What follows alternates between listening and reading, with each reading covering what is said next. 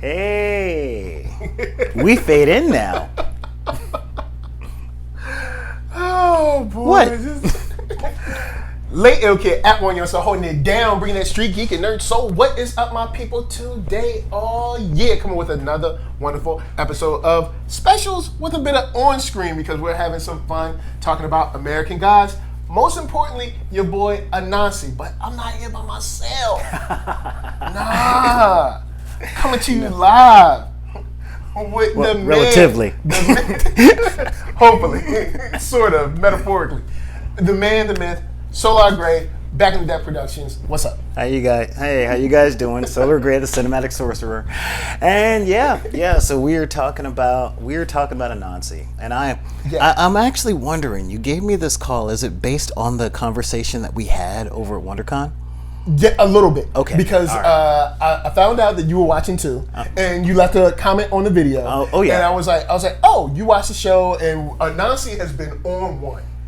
Oh man, he's been on one. All right, we got a little piece of the fire in season 1, but now he is really hot. He ain't happy right now. So I figured, there's a lot of people commenting on the videos. Mm-hmm. There's a lot of stuff going on as far as the statements and everything. So I figured you and I should get together. Speaking the truth that Samedi couldn't even get down with, man. Yeah. So I figured we get together. We talk about it a little bit because we got an episode coming tomorrow. So, tomorrow. It's tomorrow from the day that we're recording this. Tomorrow, okay? From the day that we're recording this, it'll be tomorrow. Yes. All right. So, before we get started, how do you feel about Anansi as a character? Okay. All right. Now, see this. This is a tough one because, as you and I talked about, I've got a special affinity with Anansi. Period. Sure. All right. As a matter of fact, she's tattooed on my back. I'll send you pictures. And again, I know the history. This is my culture, my family's culture. Our culture. Yeah. Our culture. Here. And there are two things about it. Number one, more people have been admiring Anansi than they know, and they'll tell you in the Caribbean because as gods get older, they change. They change their aspects, they change their facts.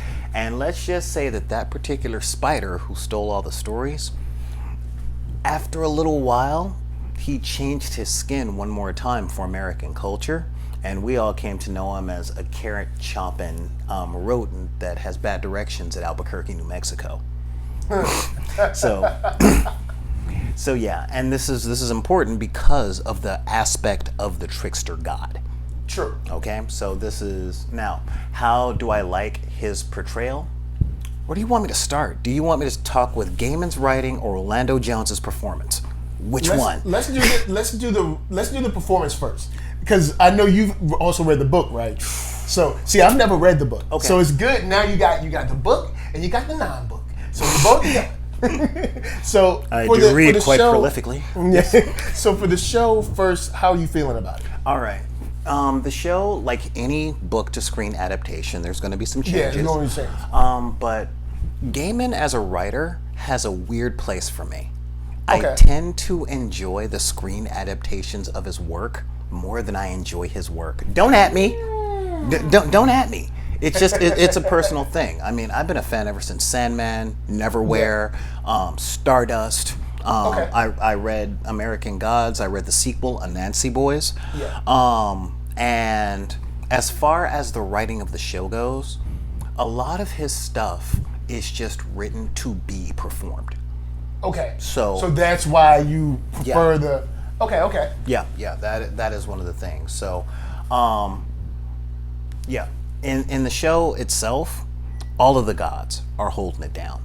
Yeah. Definitely. I gotta give a major shout out to the directors, the lighting crew. Oh my God! The lighting in this show is incredible. Number one, good shot. Too many cinematographers do not know what to do with skin as dark as ours or darker. True. And how can I put it? When we were talking, we have these conversations because we're nerds. Yeah. And I'm looking at this show and I'm like, I found Storm. I so found Storm. Yeah. That I forgot her name. I left it in a comment on your thing. Bilquis. Yes, Bilquis. Oh my God, I would not be mad at that. Yeah, no, I would not be mad at that. I could also see Chadwick Boseman. She looked dropping so, Lupita Nyong'o for her. I'm like, she looks so like regal and godlike and everything. Everything about her says bow down. Yeah, and that is an important thing when it comes to the performances in this. Not even in a fear way, but bow down in a respect way. I mean, seriously, like looking at her is like listening to Aretha sing, and all of the gods as they're written have that air, except Odin. Except Odin. Oh boy. Because he specifically tries to not have that air. Yeah. You know, he's like, hey, I'm friendly. I'm the good guy. Hey, look at me. I'm the guy you want to be around. Yeah, that's right. Yeah, have a drink. Yeah, now you're mine. Yeah. You know, but and you see that in a lot of the guys. A lot of them that respond to him. Yeah. They're like, I don't like him. Mm-hmm. I owe him, but I don't like him. Oh, see, now you're talking Sweeney, but we're not here to talk about Sweeney. We ain't talking about Sweeney. We talking about Anansi, Mr. Nancy himself. Yeah. Now, but all in all, the writing makes me sad. It makes me sad. Yeah. Because why is it that it takes a white writer from London, to tell our truth? Yes. So powerfully, like that's what hurts. Good point. And I'll jump off of that with saying, in the rat race of corporate America, whether you're in corporate America like cubicles or corporate America entertainment, there's many times when we, I guess, due to institutionalization or whatever, we feel like we can't go there. Yeah, but. Of course, being a white writer, especially from London, removed from our racism, they have their own racism there. Yeah, they got their own flavor. Removed from ours, they're able to just kind of say it flatly and plainly. And see it with fresh eyes, because they know they're not talking about themselves. Yeah, it's easy to talk about someone else than yourself. That's fair. That's fair. If you were to, maybe it would be different if he was talking about North Africans in the UK or Pakistanis maybe in the UK. From the Middle East. It might be different. Or the Caribbean colonies, and that's a special. That's a whole another thing. So but as far as the writing goes, it is top notch. Very. Now, I want to talk about the dark horse. All right, now. I have been a fan of Orlando Jones since season 1 of Mad TV. All right, season 1, Mad TV. And I gave him a shout out on episode 3 or 4, whatever one that he had his big statement. And you guys have seen that episode. Season 1, episode 2 on the slave ship, right? Well, not that one, because I wasn't covering it then. This season, but yes, I referenced season that 2, episode 3. Season 2, episode 3 is when I was like, Orlando Jones, period, has been holding down for a long time. And if you saw the Strong Black Lead Netflix podcast episode with Jason Weaver, he talked about how Orlando Jones was like, look, you guys have to write your own stuff, make your own stuff. We have to be also behind the camera as well. And it just shows the kind of person he is. Well, from his days of sketch comedy, after he left Mad TV in the 3rd season. Because remember, that first cast was Deborah Wilson, Phil Lamar, and Orlando they all Jones. Kind of bounced. Yeah, they kind of got famous and bounced. Well, Phil Lamar went on to do all the voice acting, and a third of the writing. Deborah Wilson went on to do all the stage stuff, and an eighth of the writing. And Orlando Jones went on to do like 1 or 2 movies and all the writing. He's been Mr. Behind the Scenes from behind the scenes. Writing credits that you like. Keep his IMDb. Yeah, seriously. Like it's free. Y'all can look it up. It's free. You can but to see him on this side of the camera in a role of not the clown, not the sidekick like he was in the Time Machine, but just I'm like, okay, Orlando Jones as all right, and not even the sort of funny quintessential black guy in Evolution. Even though I love his role in Evolution, but it was still the clown. This is someone who seems to have their own agency, and they're not owned by anyone. Oh yeah. Well, what made me afraid all the way back in season 1 was one, how are the American filmmakers going to illustrate African gods, like Are they going to Americanize him? And then I saw Orlando Jones, and I'm like, oh my God, it's the cat from Red Dwarf. No. Look, don't look. However, this ain't double take. All right. Well, however, when he started talking and he made Shadow the suit, and all of the backhanded lessons, I'm like, they understand him. They understand him. Because it's funny, I was telling my mom just a little bit earlier tonight that there is a rise in the worship of the old gods. Like Iceland is starting to follow Odin and Loki and Thor and all that stuff. And I know a few followers of Loki. And I'm like, what do you like him? It's like, oh man, he's like the trickster god. I'm like, hey, you're cute. Check out some African mythology. You want to talk tricky? Like, you really want to talk tricky? You have no idea. Oh my God, yeah.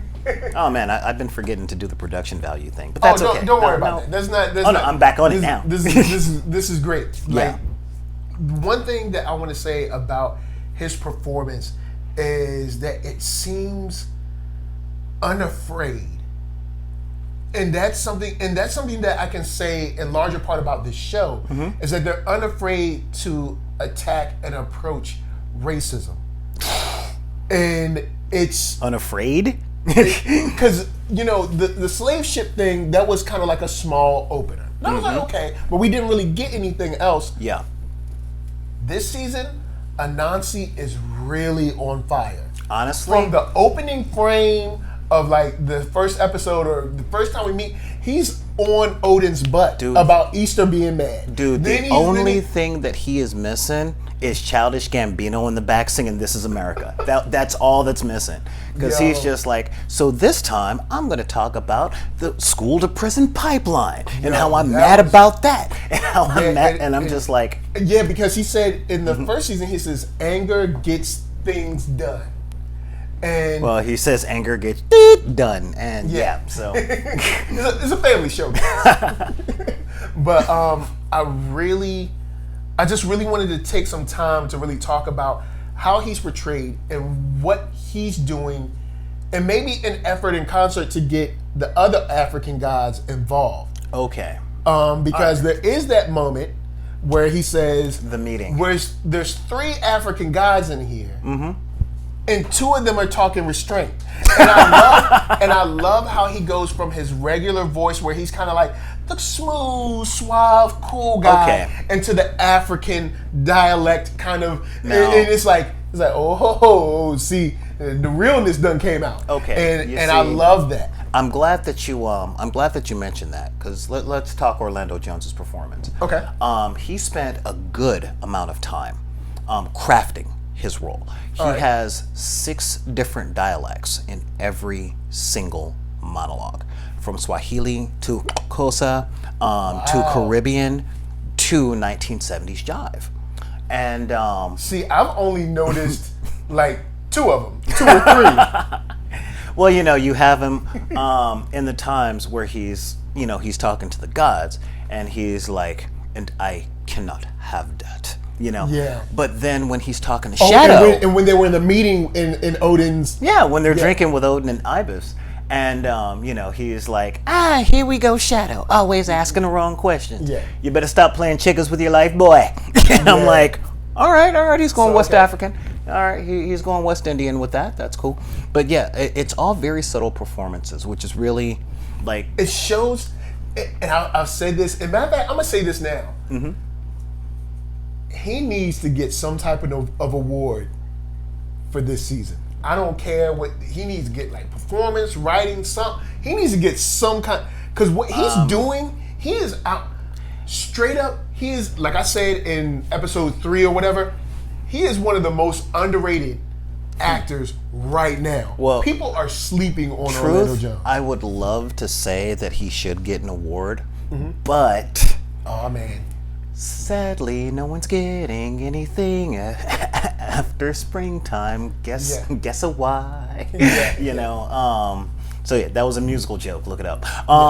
So nobody's going to be getting any awards outside of Emilia Clarke, Kit Harington, all those guys. This is because this will be their last year. This is it. Yeah, and they're gonna give everything. They're gonna shower them. Yeah, they're getting like pretty much all the ratings. Like all the ratings. Like people are spending their money on two things this year. They're spending their money on HBO to watch Game of Thrones and Infinity Endgame.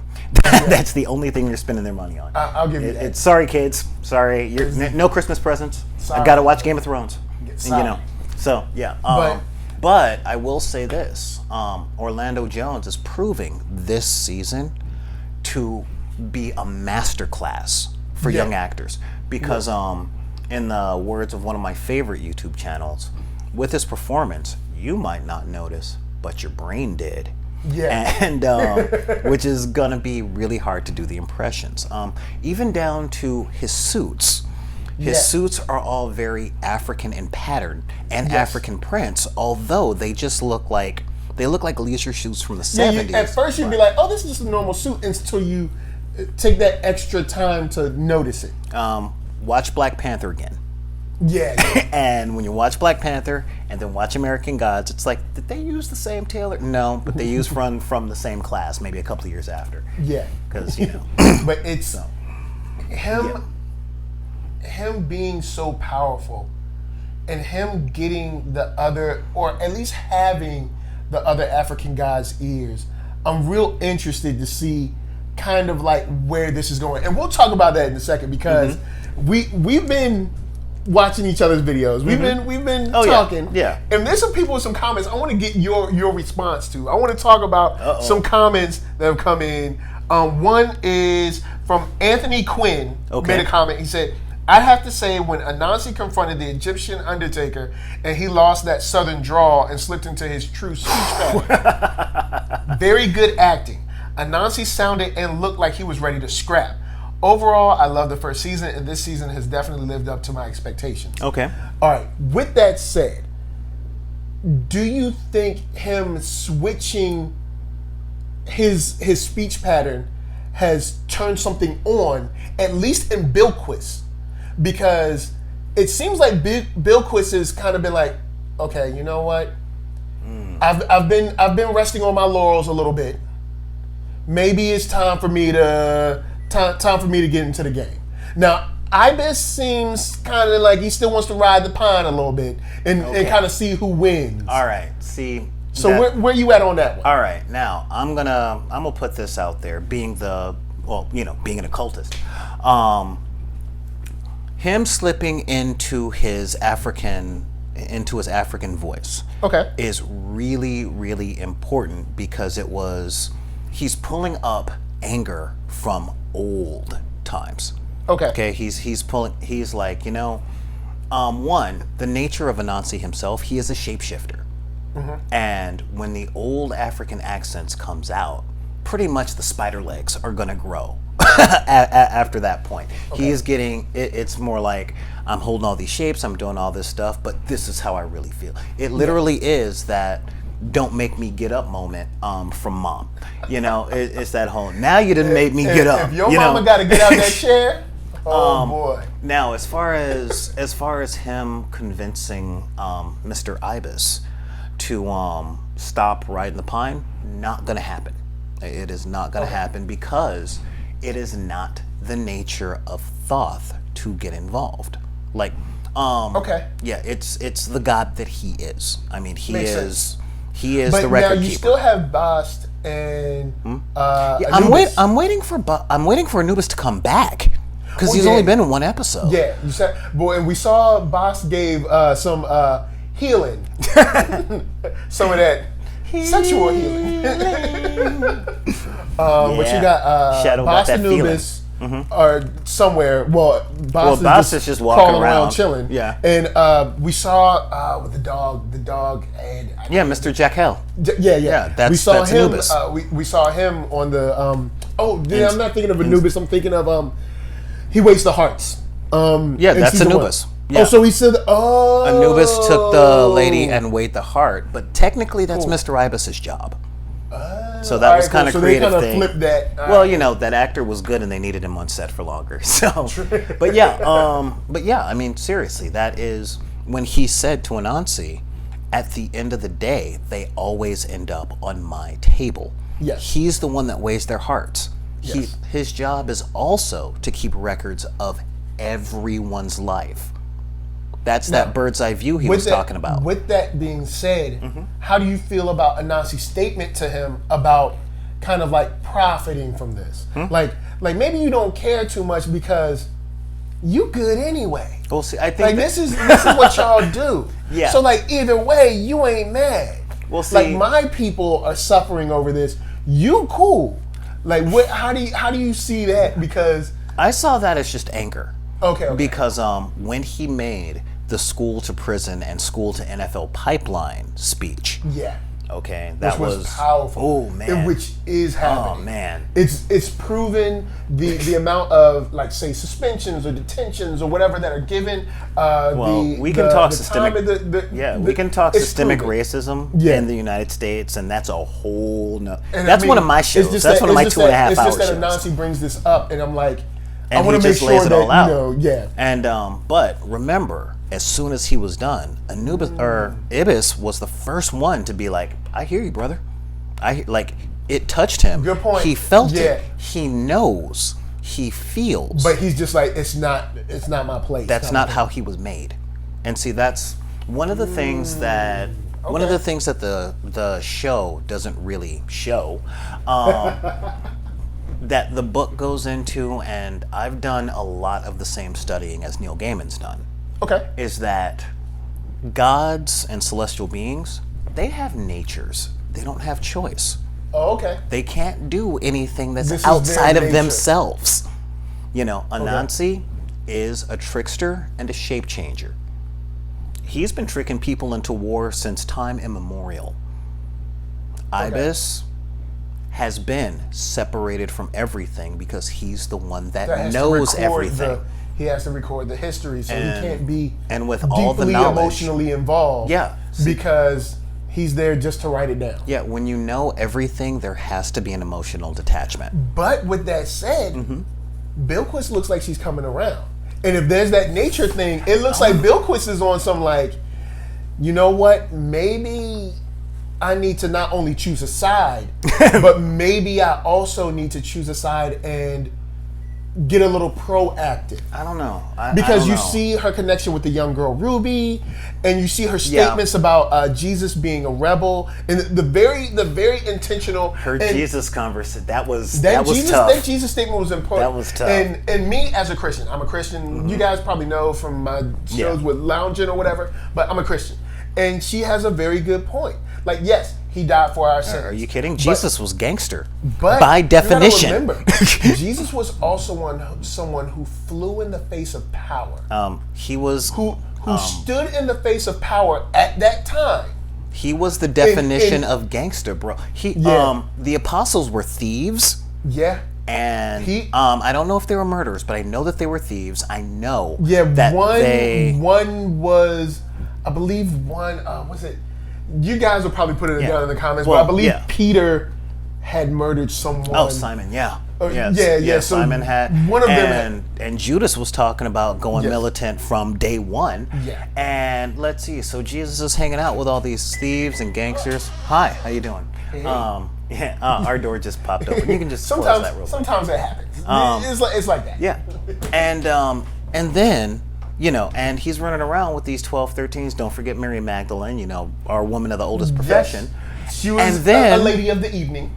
You know, and he's running around bucking authority and like doing vandalism in the public. Dude, straight up gangster. Yeah. All he was, he practically went up saying, "What you got on my 40, pilot?" Like, you know, so he stood against the power structure at the time. Yeah. And told them that they were wrong. Mm-hmm. And not only that you are wrong, but I'm right, and I'm God's son. Yeah, and then he went to whip the money changers, which if you've ever been turned down for a loan, you totally get that in the Book of Mark. So it's a very, you know, people, I think, because of course, you know, people like to like, oh, he was so great, and he was just happy, and he's just, oh, I'm going to die for sins. No, he also died because he completely broke the power structure of the time. So say if you're not Christian, if you look at a way... He took a knee. That's what happened. Yeah, because imagine going into a time where priests are literally like the first and last word of everything. Mm-hmm. And being like, you know what, these priests ain't all that. And they're not the only way to God. No. That breaks the whole power structure. In half. In half. Just done. So seeing her regard him in that way, because the way she said it was almost in a kind of like a respectful way. Well, she definitely, because remember what she said. He made one sacrifice, and look at all the worship that he has. Yeah. So she was just like, huh, maybe I should have used that tactic. I mean, he's doing really well for himself right now. Yeah. And then also the way she regarded his rebellion was in a way where it wasn't like looking down on him. It was almost like, yo, he good on him kind of thing. And if anything, I would say that was the hint of her possibly getting into the war. Yeah. You know. And with that said, I'm still like, I wonder if all the African guys are going to slide off and be like, we're going to do our own thing. But we have another comment. See, he's read the book. Don't give me no spoilers. I don't want no spoilers from you book people. All right? But Raymond Davis says... It ends. The book ends. Spoiler. There's a last page.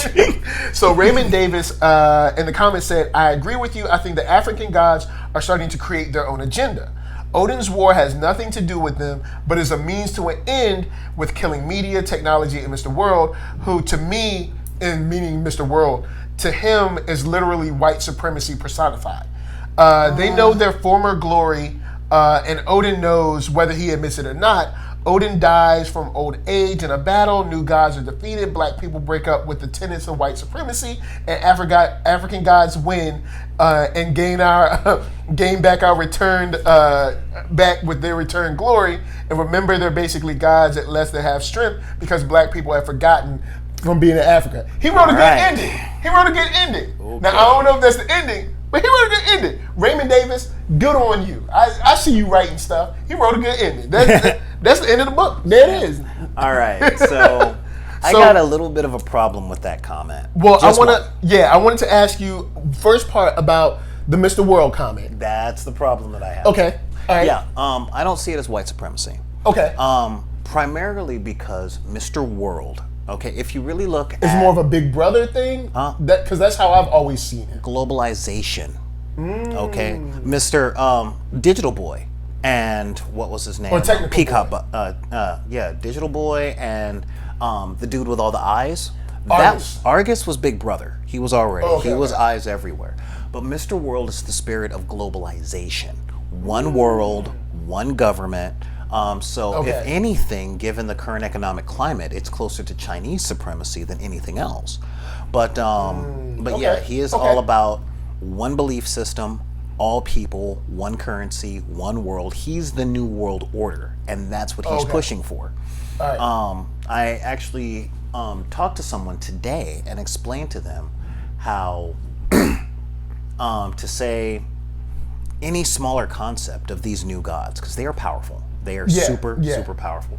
I was explaining that every house has a TV wall for now. I have a friend who's an architect, and she's telling me about the new designs for houses and apartments. But growing up, there was always a TV wall, and when you take a look at the TV wall, there's the TV, the stereo system, the computer, the video game system, and it looks just like an altar where the family gathers around, eats their food, pours their attention, and this is the stuff that comes out in the books. And it's kind of terrifying when you take a look at it. It's terrifying when you think about it, because you're like, yeah. And that was kind of the altar of old media from last season. That's why she kept taking the forms of TV. Mm-hmm. Okay, Digital Boy literally said in this episode, he is ones and zeros. He is technology. Yeah. He's that camera, and new media that phone. And new media was like, we're sort of redundant, aren't we? And it's like, no. It's like, no, you're not redundant. You're definitely different. Just because you're new media doesn't mean that you're redundant. Well, she kind of symbolizes the short-sightedness of new media. She is instant gratification media. Yeah. So she's social media primarily. Instagram, Twitter, definitely. which are like, I'm not trying to start a flame war or anything, Yeah, but Twitter, Instagram, and all that stuff, it's so full of itself that it doesn't realize that without the devices, no one could use them. Yeah. And that was why those two were beefing so hard, because Digital Boy is like, look, I am the devices that people read the new media through. Like, you talk to me. Instagram doesn't exist without the coding behind it, without the electricity, without all that stuff. Without the screens to read it on. Yeah, without the screens to read. You know? It's like, you don't exist without me. Yeah, and that's what she's not seeing. So that's probably going to be her undoing. Here's the gig. Well, she's see, right new. now, she's new. So having read the book, I don't know.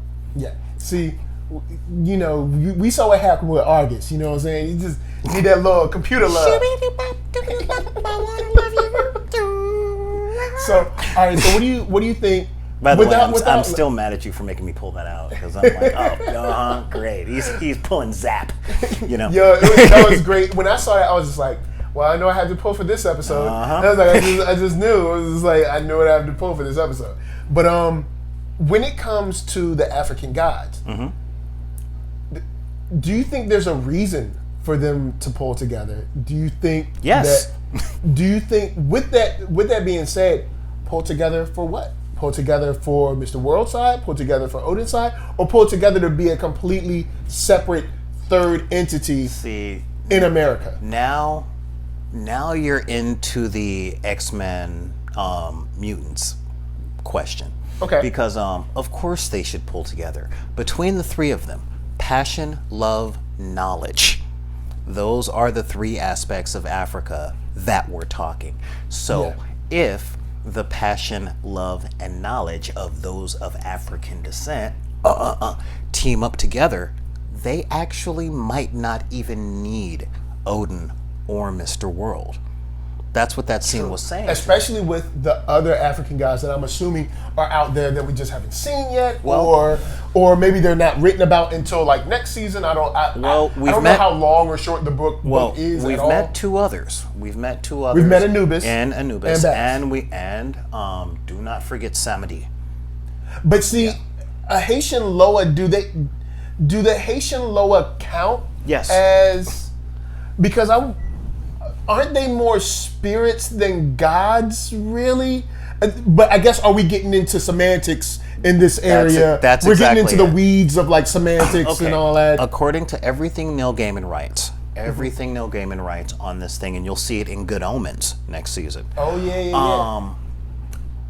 A god is a god because of the belief in it. That was the birth of the new gods. Okay. Those were the births of the old gods. So that's all they need. And people believe, So to ask if Baron Samedi counts as a god, it's like asking, well, do Haitians count as black? Well, yeah, I guess because I'm so used to the lore of breaking down, like, these are angels, these are demons, these are spirits, these are ghosts, these are, demigods, these are, monsters, these are, I'm used to seeing those distinctions. If you think of belief like electrical current, it just comes down to amperage. That's really all it does. Good point. See, that's why we getting together on Cinematic Sorcerer, guys. So we have a third one. This is my third and last one for you. All right. 5504 Barry says, he lays out an easily traceable oral history, meaning Anansi. History that should make some uncomfortable, and maybe it does, but I doubt it. When compared against what happened during the Civil Rights Movement, you understand why he talks the way he talks. You also get a better understanding of Malcolm X. Mr. Nancy is known as the Trickster, but I believe in this case, instead of him being the Trickster, he is laying out how the tricks were played on us. The writing on this show is above stellar.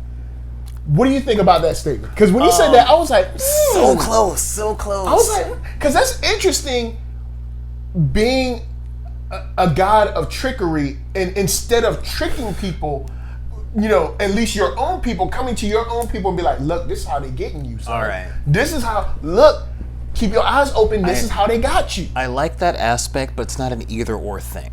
Okay.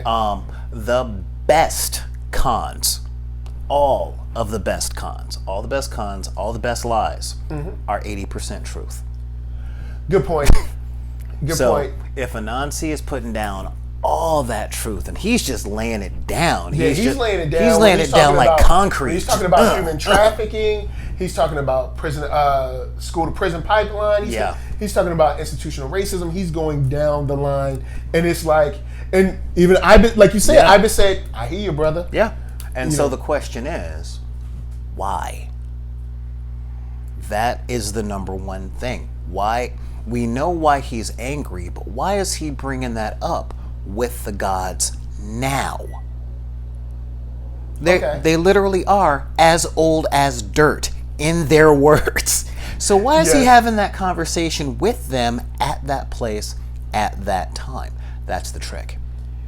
Well, I would venture to say that the reason he's having this conversation now is because he's seeing all this dust getting kicked up over Odin, and then also he talks about Zariah. Is it Zariah? Yeah, Zariah. Zariah, yeah. Sorry, please excuse me. Russian is hard, okay? I ain't trying, but Zariah, sort of. I ain't trying to mess up her name, but we'll call she him gets Frau killed. Bruja. So, so she gets killed, and he's like, they doing all this. And he's like, if it had been one of us, Chernobog's hammer would not have swung. Would that swung for the lady in the other room? Yeah. And I think maybe, from my perspective, I think that's what's putting the battery in his back. Oh, yeah. I think at first he was, because in season 1 he was kind of mad, but he was just like, yo, that was back in like, so slavery, talking about slave ships. That was the 1400s. Yeah.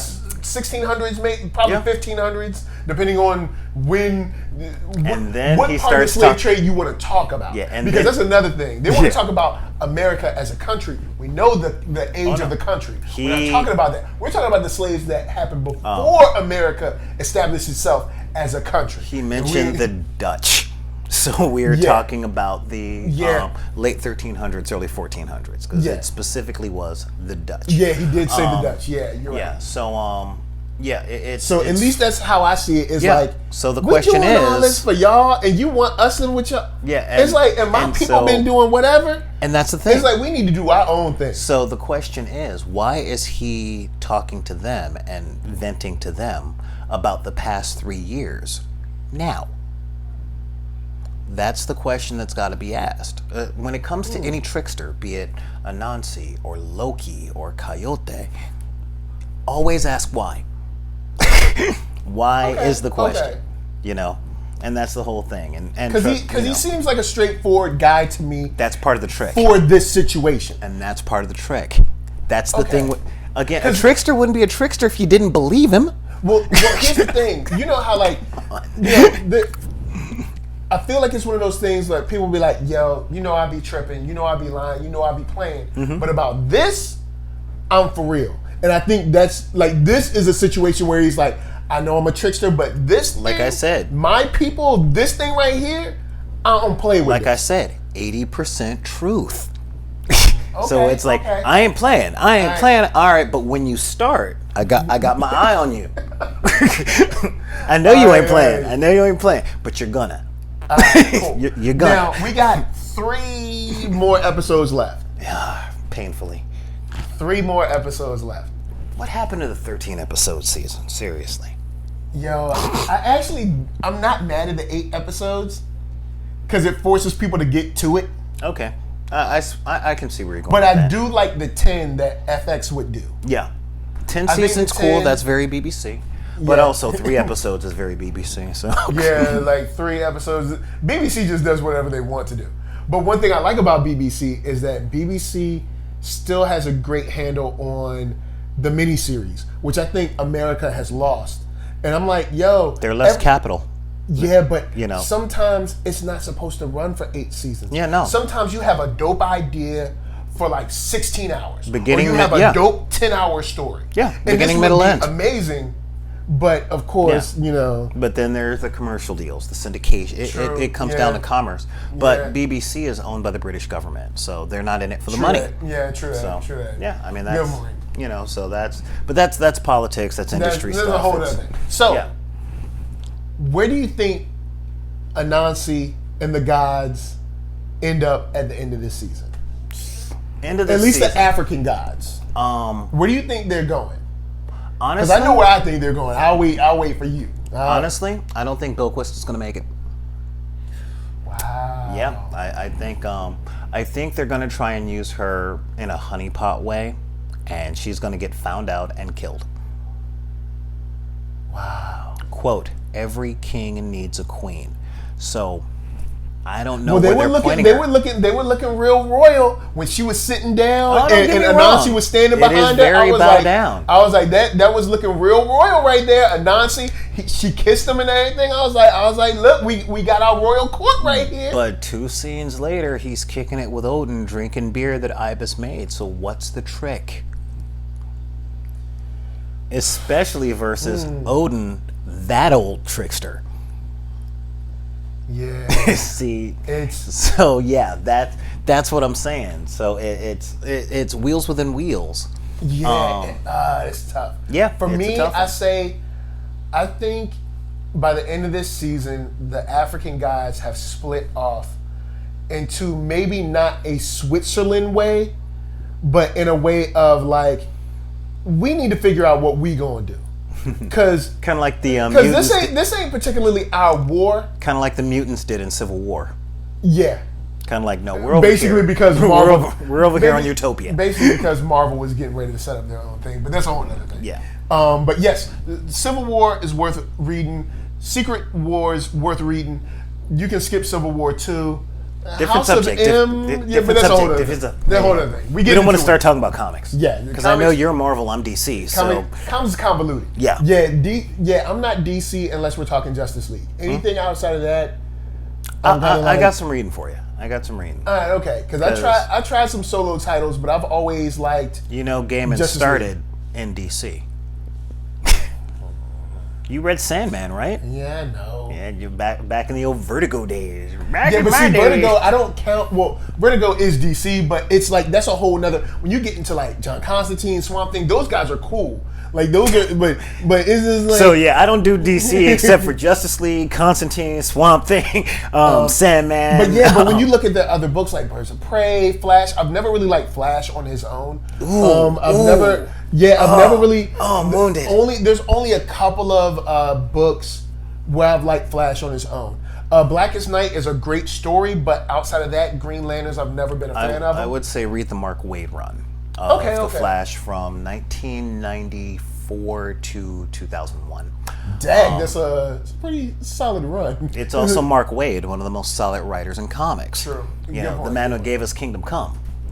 So, okay, good point. So, good point on that. So yeah, and but I follow writers. So since I'm mostly DC, it's because DC keeps hiring the writers that I like. True. So, but basically, that's where I think we're going with the African guys. Okay. I think by the end of the season, they leave and they're like, we need to figure out what we want. Yeah. Because we don't really want what the new guys want. And Odin, we really don't owe you nothing anyway. I mean, unless there's something that I don't know that book readers. The toughest part is that the deals that Odin has made with the other gods are very, very hush hush. Yeah. So I mean, Odin promised Anansi there will be a place for you and your people once we win. Yeah, I'm pretty sure. And Anansi going, yeah, I've seen that movie too. Yeah, I've heard that. I've heard that. Yeah, but see, the difference between Anansi and Odin is Anansi will trick you into learning what he wants to teach you, even if you're the last man standing in your village. Okay? Odin tricks you like a mafia boss. Yeah. So he'll back you into a corner. Odin definitely has a kind of.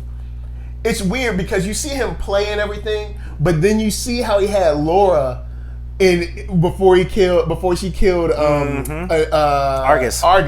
It was like, See, we was all playing in the library, and then once he got to he was like, all right, here, take this, go in there and kill him real quick. And no, he wasn't playing in the library. It's like you thought we was playing in the library, but I brought you here because still, technically, you're human. So I walked you through this memory so that it could warm you up to the idea of killing this dude. Yeah. Like, warm it up. I said I need a sacrifice, now set the library on fire. I can't do it. Yeah. I can't do it because I can't sacrifice unto myself. Yeah. But he sacrificed. He already did it once. Yeah, he did it once, and you only get one. Yeah. So yeah, that was the whole thing. So I'm actually looking forward to seeing what's going to happen with NERDSoul, because he planted him. He planted the world tree, and we saw what happened. Peed all over it. No, that's disgusting. Well, why would you say that? Peed all over it. He anointed it with his holy liquids. Oh yeah, it was holy eye. Yeah, hey, let's just be glad that it was that thin. Thank you. But yeah, so that's the whole thing. I think Bilquis. At least it wasn't like a kidney issue stream or something. It was like, yeah, exactly. Oh, that's cute. But yeah, you know what? This is a family show. I'm gonna stop that. Yeah, but we've been talking for 45 minutes. Yeah. So guys, we should call it a day. Check out the show tomorrow. I can't wait to see it. Can't wait to see what happens. But before we get out of here, to my right, esteemed colleague, Solar Grey. Oh, yeah. I guess this is the part where I tell them where they can find us. Yes. All right. Well, if you guys like this discussion and have interest in all other things geek, including comic books, role-playing games, miniature painting, special effects, and all that jazz, you can head over to our YouTube channel, which is Back in the Deck Productions, or BidP. That's capital B, little I, capital D, space P. And you can find us at twitch.tv/BID_P. And of course, hit our Patreon over at patreon.com/BID_P. And of course, follow us on SoundCloud and all the social media things. Just look either for BidP or Back in the Deck. Yes, and you'll see all those links down below. For me, doobly-doo. Of course, NERDSoul. That's right, ThatNERDSoul on Facebook, Instagram, Twitter. Holla at me. We can talk about American Gods. We can talk about Wu-Tang. We can talk about Star Trek Discovery or Stevie Wonder. Whatever. It's all good. But before you get out of here, you make sure you hit that thumbs up, because if you hit that thumbs down, I'm gonna send all them little tricklets that came from Odin, all them little tricklets that fell down, they're coming for you. Well, what about that subscribe button and that little bell too? Oh yeah, hit the subscribe and the bell, because you gotta subscribe, because I need numbers. If I show people numbers, then I can do some more stuff for you. And that's how it works. Because he's got to rock the bells in order to ring your bells. See, that's right. the whole. You know what I'm so saying? Y'all got to rock the bells. Hit that share button, man. Ain't that hard? Share it to somebody. It don't cost nothing to share. Come on, man. It doesn't cost nothing to share. Why you It really doesn't. Do you want to get rained on? You know, what would your mama say? Your mama taught you to share. Your mama's be like, don't be stingy. Do you want that Odin shower? All right? You don't want that. All right? Yeah, don't be stingy. Stop being stingy. But from us to you, thank you for checking us out and hanging, and we'll see you next time. Peace. Later.